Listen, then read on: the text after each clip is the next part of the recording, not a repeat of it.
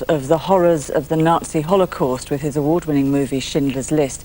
He was shocked to discover that many young people in America thought it was actually a work of fiction. They knew nothing about Hitler's death camps and the extermination of 6 million Jews. So he made it his mission to speak to survivors and record their stories for future generations. After nearly 50 years of keeping her past a secret, Barbara Stimler is one of the survivors who's finally told her story. She was just 13 years old when she was sent to Auschwitz and experienced horrors that most of us can barely imagine. Well, Barbara joins us now, along with Bernice Krantz from Spielberg's Shoah Foundation.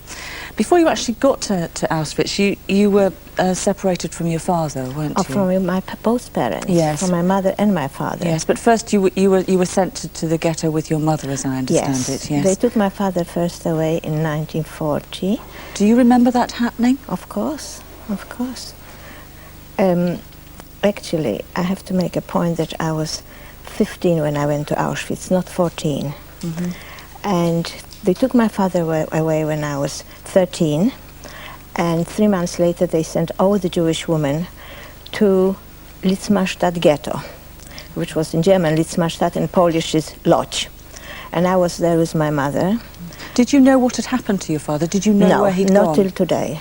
I don't know what happened. I Did never you know saw it him was? again. Did you feel it was bad though? Do you feel that he would? I thought they would send them to work, just to work. And then when they asked us, all the women, they asked to come to the marketplace, we thought they sending us to work as well, which was in the ghetto. We did work, but after 2 years in the ghetto, where my mother was very, very ill. You used to hide her, didn't you? Because yes. they used to. When they were closing the streets, I had to go to work, and I couldn't just be picked up by the assessment because my mother was ill. I couldn't just leave her.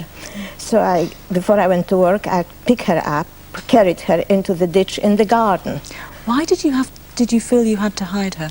Because I didn't want them to take her away from me. And she was this was helpless. happening then? She was paralyzed. Yes. You see. But they were already taking people away from the ghettos? Yes, yes. And did you know then where they were going? No.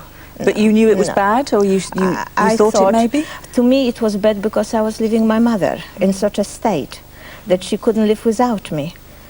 No who would care for her.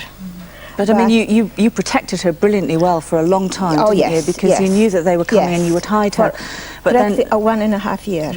But then terribly one day that they came on a day when they didn't used to come. That's right. On a Sunday, they never raided. And I was just putting a little bit of flour mixed with water to make a little bread. And 2 assessmen were standing in the door. I managed to say only that Mama, God should be with us, and they took me away. And from there, they sent me to Auschwitz.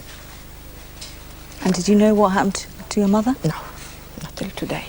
I went back after the war to see in case, but I never have any trace after her. And in Auschwitz, when they took us, I didn't know where they were sending us. I thought I'm being sent to work. And did you know when you got to Auschwitz? Obviously, you went on one of those trains and you got there, but did you know when you arrived? No, I did not know.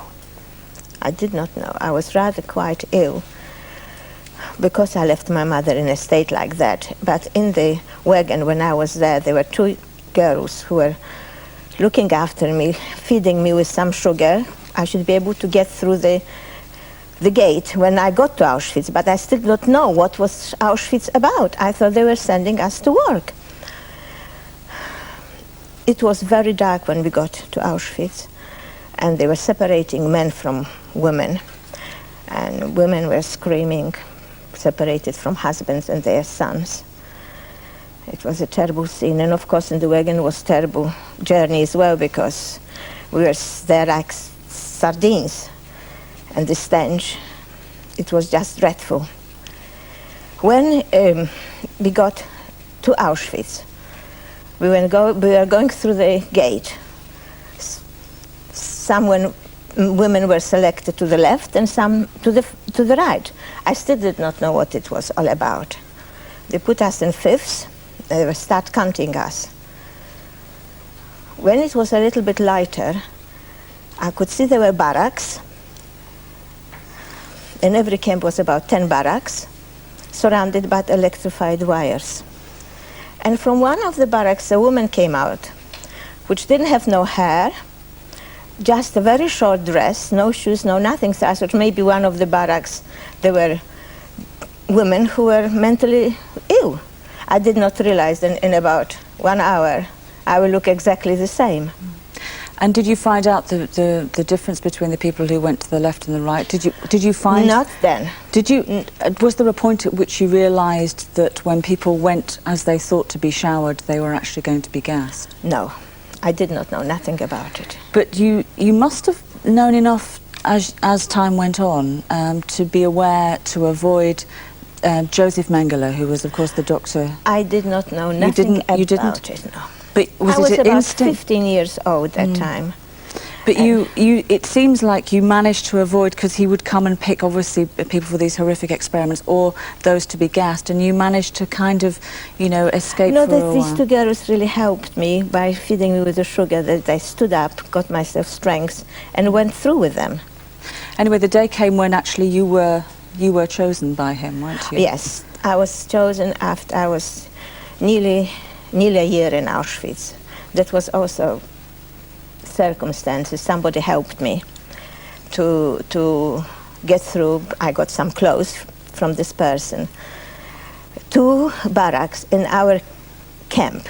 I was in Lager C, where men were coming there to do some work. And one of the girls told me, oh, a man is coming there, his name is Henrik, and he was a friend of your cousin. Maybe he can help you. And I called out to him, because we were not allowed to walk about in the camps, only when we were allowed to go to the toilets, that's all. And he came the next day, introduced me to the Blockälteste. The Blockälteste was the woman who really looked after a woman in one block where 1,000 women were there. And he introduced me to her. He brought me some clothes, a scarf for my head, a little overall, a kaftan, and clocks like the Dutch clocks. And I was able to walk about from one block to another. And so basically, I was working. Yes, so you were able to sort of yes. evade. But then the day came when you were actually sent to the chamber, weren't you? Yes. What happened? Did you know what was going to happen? Then what could I knew happen? already, because I could see. So then you knew it was a possibility that this could have been a gas chamber. Right, that's right. And water came out. So when you walked into that chamber, did you think you may be about to die? We didn't care anymore. We're just holding ourselves, praying to God that instead of gas, water will be coming out. And water came out. And they sent me to work to where I had to dig anti-tanks ditches on the Polish-German border, where apparently the Russians were already coming, which we did not know. Well, I mean, eventually you did get out. The end of the war came, and you built a new life for yourself. But remarkably, for 50 years, you told no one of your experience, not even your husband. No. Why do you think that was? Actually, 47 years, but my husband did not know till about last year, because certain things happened to me during the war which I didn't want my husband to know. I felt that I didn't want him to know. But after 50 years married, I thought he can know already what's happened to me. So I know that you told your story to Bernice here, who's from the foundation. Yeah. It must have been a very emotional moment, I would imagine, for both of you, a huge unburdening when she told her story to you. Well, it's like that for all of them. All the survivors. It's very difficult revisiting that part of their lives. But obviously, you know, from your point of view, the most important thing is that these stories do not go untold and that people remember, basically. So that's correct. That's what you're interested in hearing from people. What we're trying to do is to help people go through their life stories. When we interview them, we do ask them about pre-war life, the happy bit at home. Obviously, the bulk of the story is about the war-time experience and then a little bit about post-war. But revisiting that part of their lives is extremely painful, and we try to do it in the most sensitive way to help them. I mean, I would imagine it's the kind of pain that you never really overcome. Never, never. You can see I speak at schools now about my life story. It's now 1.5 years, and I'm still breaking down when I'm speaking. Though I don't want to, and I can't help myself. Well, thank you for, I know it's not been easy, thank you for talking to us today. It's very... Thank you very much for inviting nice us. Thank you. And if you are a survivor or have a story to tell and would like to get in touch with the foundation, then you can call them on 0171 483 3981. That's 0171 483 3981. We'll take a break.